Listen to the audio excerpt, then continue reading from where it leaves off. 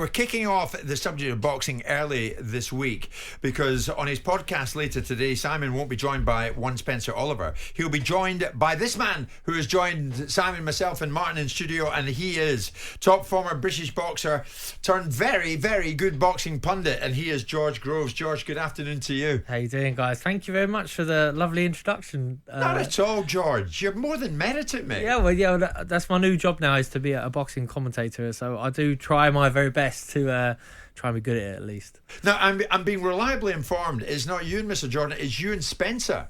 Yep. On the podcast. Talking boxing. Well, yeah, it might be better. I know Simon loves to know about his boxing, but Spencer may be better qualified. What do you think?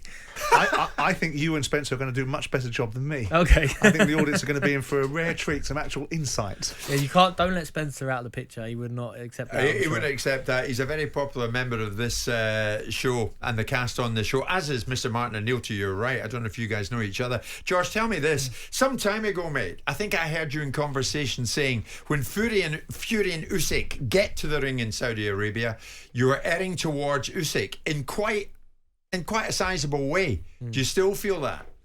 Yeah, I think like every opinion, as the fight gets closer, you doubt creeps in. I still think Usyk's the favourite. I think Usyk wins this fight. I don't, you see Fury now, he looks in much better shape than he was before, and you think, oh, well, maybe, but I just think off not just their most recent performances, but over their pool of the past 2 years of work, you've got to pick Usyk to beat Fury. He's up against a giant, 6'9", very effective fighter, but I just think that the years have been kinder to Usyk, and he's in better form, and I can see him winning. Like, I can't see Fury winning. I mean, I know Simon is wanting to jump in, but I mean, the sensible wisdom is that Fury is more than capable of boxing Usyk's head off. Literally, the jab on the night will be devastatingly good and a sizable weapon for Tyson to use. Yeah, that's what Tyson Fury is very good at, and that's what he has. As his major attribute is his size. He's very tall, but in terms of the boxing ability, it lies firmly with Usyk. Usyk's far superior boxer, former Olympic champion, came out of Ukraine. His era of amateur boxing where he would have grown up, those fighters were phenomenal. There's so many that we've never even heard of because they just don't make it. It's only recently where these guys would turn professional and would see them, under the bright lights. But and Fury's obviously a very good fighter too, a very good fighter. And sometimes it's hard when you're trying to explain it. People always think I'm trying to take something away from Fury. He is of course very good, and he's always got the job done. He went to Germany and picked up the belts against Klitschko, and I think the build up to that fight, he not so necessarily maybe got under Klitschko's skin, but he definitely got in his head, and that helped. He tied Deontay Wilder up in knots. I think it's very easy to do that with Deontay Wilder, and that also had an effect, I think, on Wilder's performances and where Fury looked really good. I can't see him getting in Alexander Usyk's mind. This guy always travels. He's always been the away fighter. He's gone home to fight on the front line. Nothing seems to faze him. Maybe Father Time might catch up with him. Maybe the delay in the fight, getting rescheduled might play the factor, in his prep. But you're still going Usyk. I still think Usyk. You'd love to back the Brit, always back the Brit, but ultimately you've got to be true to what you believe, and I can't see him beating Usyk. And you're in Camp Fury. Well, I mean, I'm a huge fan of George's. I was fortunate enough to go to that 2014 fight that he had, or 13 fight that he had with Carl Froch, and I've never seen a performance that was so exhilarating in the first half of the fight. So I've always followed George with great interest, and I listened to him and I listened to Carl, and obviously had Carl on my podcast recanting or reenacting the story of the fight with you. I think that conventional wisdom applies that a good big one always beats a good small one. There's a few exceptions. You can talk about Evander Holyfield overcoming Riddick Bowe and a few other instances, but on the whole, the best version of Tyson Fury beats Alexander Usyk all day. The question is have we got the best version of Tyson Fury? And I think when Tyson Fury goes in with a challenge, I watched him in his last press conference. There's a different Tyson Fury than the brooding, self-indulgent, arrogant swine that was swaggering around Saudi Arabia in November, telling everyone that his taxes should be paid on his behalf and he shouldn't have to queue at airports, believing his own nonsense, and was underprepared in October for the fight against Ngannou. The dynamics of this individual now, he's lean, he's ready to go. His humour is back. It's the same humour that he deployed with Vladimir Klitschko. I can't use the language that he used, but it's one of the funniest lines I've ever heard in terms of what he was going to do to Vladimir Klitschko, an abbreviation of his name.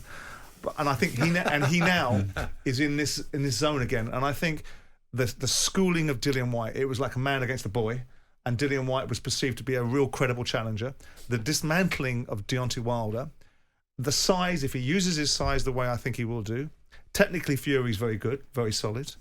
And I just think he'll have too much for Usyk. But if he isn't the Fury that we knew once before, and the rot has set in, and people's perception of the fact that he stands in the middle of the ring now because he can't not do that because his legs have gone, if all those things are true, we'll find out. Usyk's a machine. He's not going to be phased.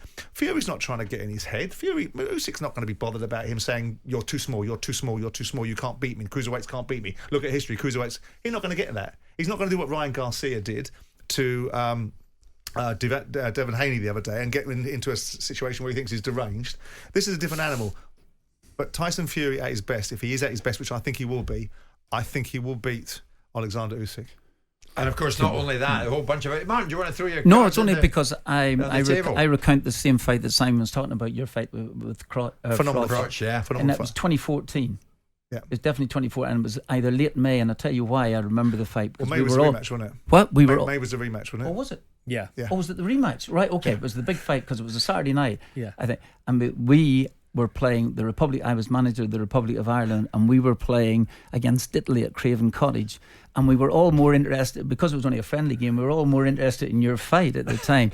So I must admit, it's nice to meet. I've never seen a fighter so sharp. Yeah. And I've been to lots of world title fights. I've never seen someone. I mean, I took great delight in telling Carl it about how did he feel when he got to sit back on his stool after being knocked down in the first round by a punch that George told him he was going to do in about 4 different press conferences. No, so it was a phenomenal experience. It's nice to meet you, actually, because you've got a lot of courage. Mate. Honestly, I wouldn't be stepping into any ring at any given stage. Are you flattered, George, that so many people still talk to you about that fight and what you put into it? Your contribution on both occasions, immense. Yeah, well, it did take a long time because it was something that I would hope to not ever remember again. And I remember at the time my dad like almost trying to hoard all the memorabilia from it, and I'm trying to throw it in the scrap heap because I was like, I do never want to remember this ever again. And it probably took me to the point where I finally win a world title at the 4th attempt, which maybe 3 years later. But I did it, and now 10 years on. We've got a big show coming up. We're doing my podcast is doing a live event with Carl 10 years on. Someone's called it Froch Grows Free, but there won't be any punches thrown, at least I hope not. And we're gonna relive it because that's something I can be proud of now, Jim, that we was part of a historic fight, a big fight, and it was almost for a lot of boxing fans and casual sports fans sort of like a point in history where they can refer to and go, I remember this. I mean, I went to the one at Wembley, Sam. The country stopped that night. Yeah, I thought I was disappointed. I thought he got carried away in the second fight. I thought he was ready for the first fight, and all the coming in on the buses and all the nonsense I thought distracted you. But I was talking to Callum Smith the other day. And he talks about you, because obviously he fought Canelo Alvarez and he's fought Beterbiev at different weight classes. And his response to me was that you hit harder than Canelo Alvarez all day of the week. And his victory over you was the one that, well, obviously it got him a world title, didn't it? Yeah. But notwithstanding that, he looks back on his experiences with you as the most telling of the fighters that he's ever had. And that Canelo Alvarez didn't hurt him. Would have stayed in the ring with him for 12 rounds, 24 rounds. Canelo Alvarez would never have knocked him out. Yeah, well, yeah. And so I obviously caught... or maybe I should say Callum Smith caught me. It was my last fight, and we was the first world title fight in Saudi Arabia. So a lot of people sort of forget. We're another trendsetter of such. Yeah, so we were there first, and Callum performed brilliant that night. There was always this one thing that I had to be careful of was his check hook. And he landed it very well that night. Check hook, scrambled the senses, and maybe no excuses, but maybe because it's in Saudi Arabia and it sort of felt like it was away from home, I get dropped and the fight leaves you. So you're thinking, do I really want to get up? And that's at that point I'm thinking, if I can just see one ref or just see his fingers clearly, then I'll get up. But if it's a little bit of blurred vision, I think It's in Saudi. Let's just get home. George, I wouldn't be, do I really want to get up? I would be, do I really want to go in the first place? Listen, June the 15th, before you leave us, George, Billam Smith against Richard Riakporhe. How do you see it? Great fight, brilliant fight. I've got a relationship with Chris Billam Smith. You know, he works with Shane McGuigan, my former coach. He was a former sparring partner of mine. So if I'm fortunate enough to work the night, then obviously I'll be staying neutral. But I'm seeing Chris Billam Smith in the gym. He's come on so much as a fighter. It's unbelievable, like the improvements he's made. And this is a rematch. So we've seen this first fight already. It was very close. Riakporhe, to his credit as well, has improved immensely. And it's just magnificent that we're at this point, another world title in a football stadium, Crystal Palace. Indeed. So, Yeah. and Chris Billam Smith, he's on his way, he thinks, to the Lion's Den, because Riakporhe, I think he's trying to work out whether Riakporhe is actually a Palace fan. I don't know if he's been sitting there with you. Yeah, comes into Glad all over all the time. So he's in there, is. but it's a great fight. It's something that everyone needs to be getting excited about. Looking forward to it. And I'm very much looking forward to it. Brilliant. So George is going to be on Top Boxing this week with Spencer. When you get back with Carl Froch and you relive the fights and you do this tour that you're going to do again in front of big audiences, and it will be great, George. Do you win this time? Tell me you win this time, mate. So this one is my show. Usually it's like it's a promote show. This one's my show. I got a feeling the power's going to go right before that final punch. We won't get to see it, Jim. We won't get to see it. We will have to just, and then hopefully that don't mean we've got to reenact it ourselves. Brilliant. But it's going to be great. So yeah, everyone who gets there, hopefully they're going to have a fantastic time.